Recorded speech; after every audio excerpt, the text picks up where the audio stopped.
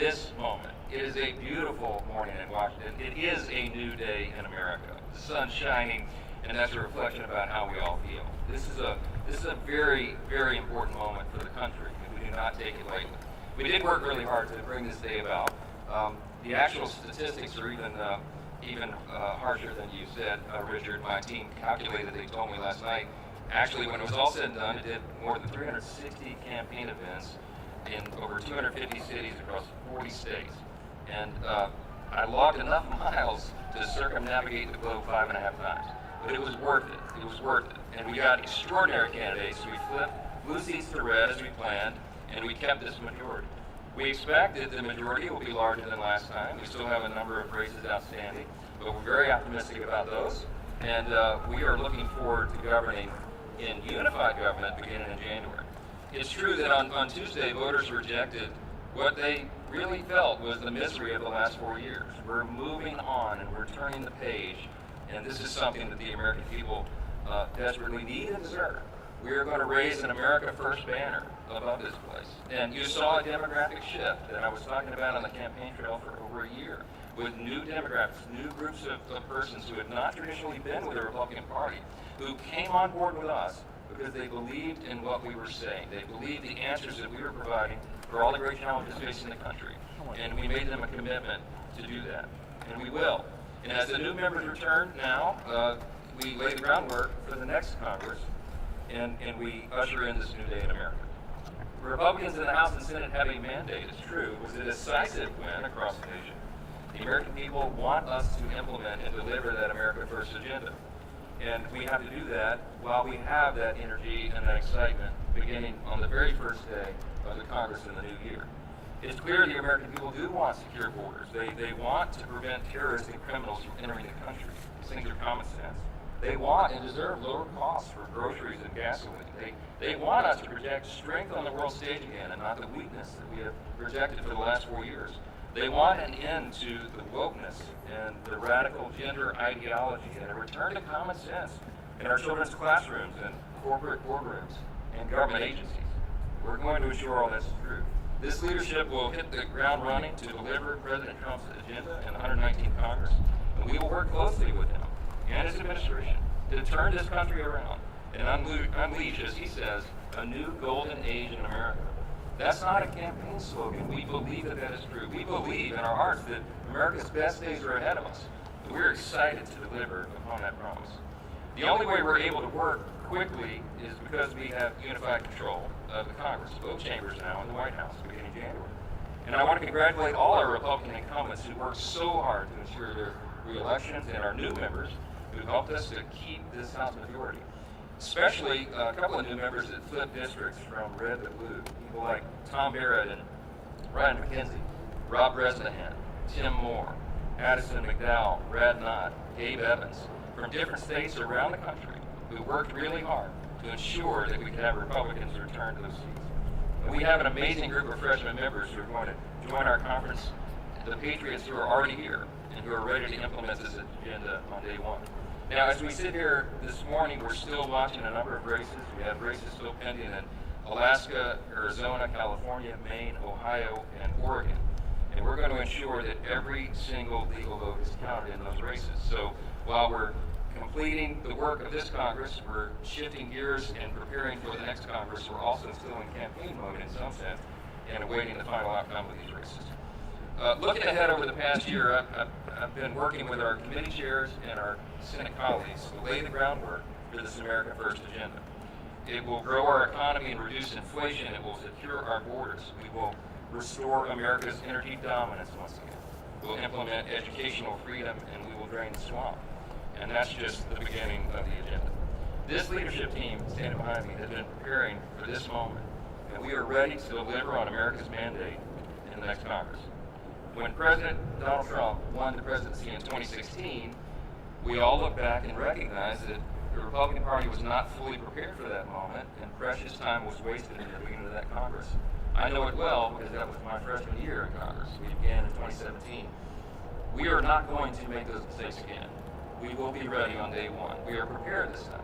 And as we wind down the 118th Congress, we'll be ready to take the ball and run full speed in the 119th Congress that begins in January. that, if you have a few questions, we have to answer. Mr. Speaker. Chad. Thank you.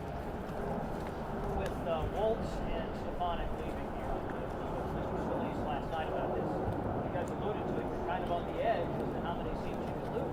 And you communicated with the administration to say, look, we're going to be right on the edge. We have people who are out sick every day. We can't move these things if we take any more members from the House. Yes. President Trump and I have talked about this multiple times today for the last several days.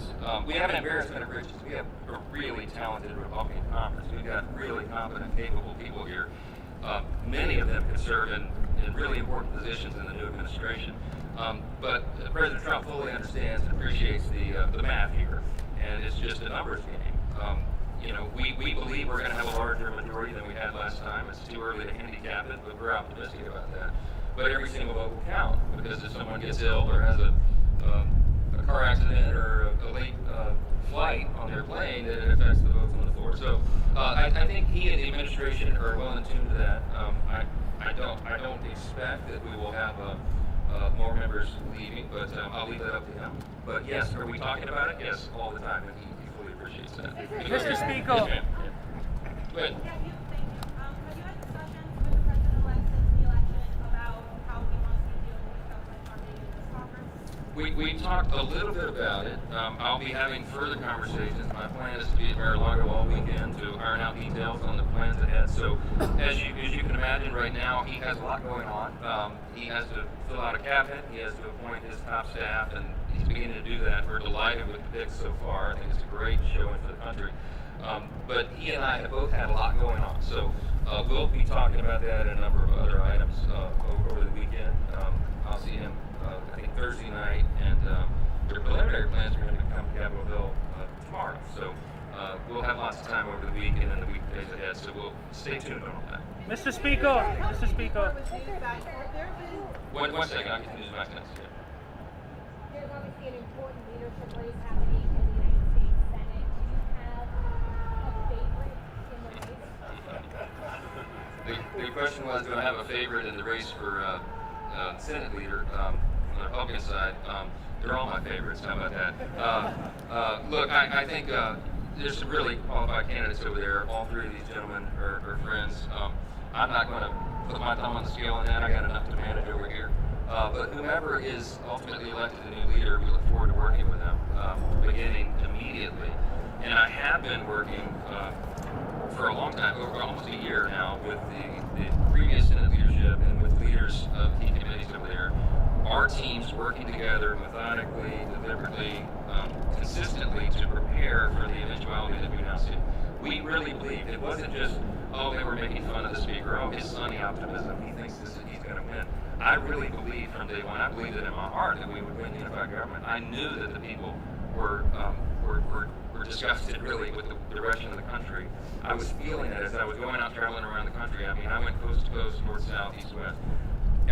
That energy was out there. I don't think the polling was fully measuring that.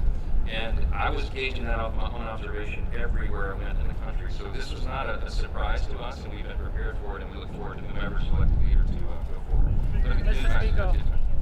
Speaker, have there been discussions about the use of reconciliation to push forward the forthcoming budget bills? Yes, we have been talking for almost a year about the use of the budget reconciliation as a method to achieving some of the desired ends. We have to fix everything. I told President Trump many times, and we've all discussed, we believe we could be the most consequential Congress in the modern era, and he the most consequential president, because we quite literally have to fix almost every metric of public policy. Everything is a mess. Everything. So the budget reconciliation process is a very efficient means to solving a lot of that, everything related to the budget, spending, and all the rest, regulatory reform. So we have lots of very specific plans to kind of do that, and the details of that will come together in the coming weeks. Mr. Speaker. Mr. Speaker, since you raised this, can you tell us a little bit more about what you expect from the President-elect visit coming here to the Hill? You know, what's on the agenda?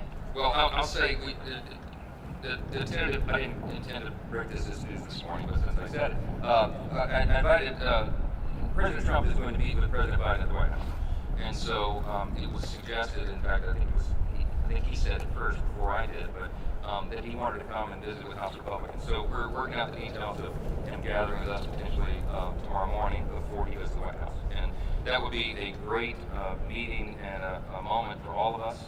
There's a lot of excitement, a lot of energy here. We're really grateful for President Trump leaving it all on the field to get reelected. He quite literally did. I mean, they scheduled him almost every hour of every day for months on end. And he did that. And that's what inspired his stamina, inspired so many of our candidates and incumbents around the country to go and give more and do more and lead more on the field, because he was doing it. And I think the American people appreciate that. I think that's reflected in the mandate that he was given winning the popular vote and the electoral college decisively. And we're excited about that, to celebrate that moment with him. He certainly deserved it. Mr. Speaker. Are Republicans drafting a plan to get rid of the Department of Education? Has this been discussed with the president-elect? It is something he has suggested on the campaign trail. We're not going to get into any details about any specifics with regard to reforms in specific departments yet. There's lots of ideas on the table, but we got to work together, build consensus, work in coordination with the Trump administration on the order of the reforms and how we do it. So I'm not yet ready to give you details on that, but you can stay tuned. Maybe one more. Mr. Speaker. You were very concerned about non-citizen voting. What's your assessment of the impact that non-citizens had on this election? Well, look, the mantra and what we said at the rally is too big to rig, and we did. But we know for a fact, it is a fact, that non-citizens voted in some places around the country because they were signing up to vote and they were defying federal law, but the states were not enforcing the requirement that there be proof of citizenship before they signed up. So I am grateful to tell you, and I said this on the campaign trail for a year, that I had confidence that because of the chaos that was related to the 2020 election, most of the states got busy. To their credit, the legislatures in the states got busy and passed legislation to shore up their systems in states around the country. I mean, there were hundreds of pieces of legislation that were passed, duly enacted, signed into law by the governors, that shored up those systems and made sure they would be more secure. There were a few states we were still concerned about, but I'll tell you, because of the attention that was given to it, you had eyes on those elections very closely. You had lawyers ready and prepared to run and file injunctions in district courts when necessary, and they did. You had poll watchers and precinct captains, and some of those are still working right now. There will be recounts in a couple of these races that will be very closely monitored. I'm happy to report to you that because of all the emphasis we placed on that, and because of all the attention the American people put on it, that I think we were able to limit to a high degree the amount of fraud and irregularity and many of the things that concern all Americans after 2020. So that's a good sign. It's another hopeful reason, another thing to celebrate about our new day in America. So thank you all for being here this morning. We're really grateful to get to work, and that starts right now. Thank you.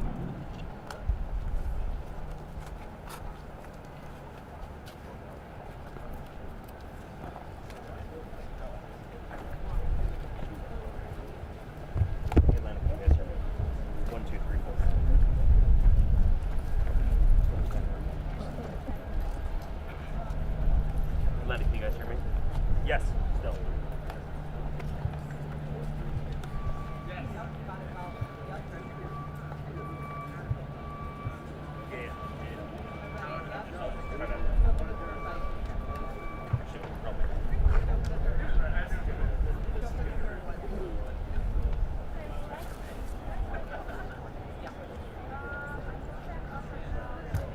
That's okay. That's okay. Keep it simple. Do you have the balance of power? Okay. It's Sam. No worries.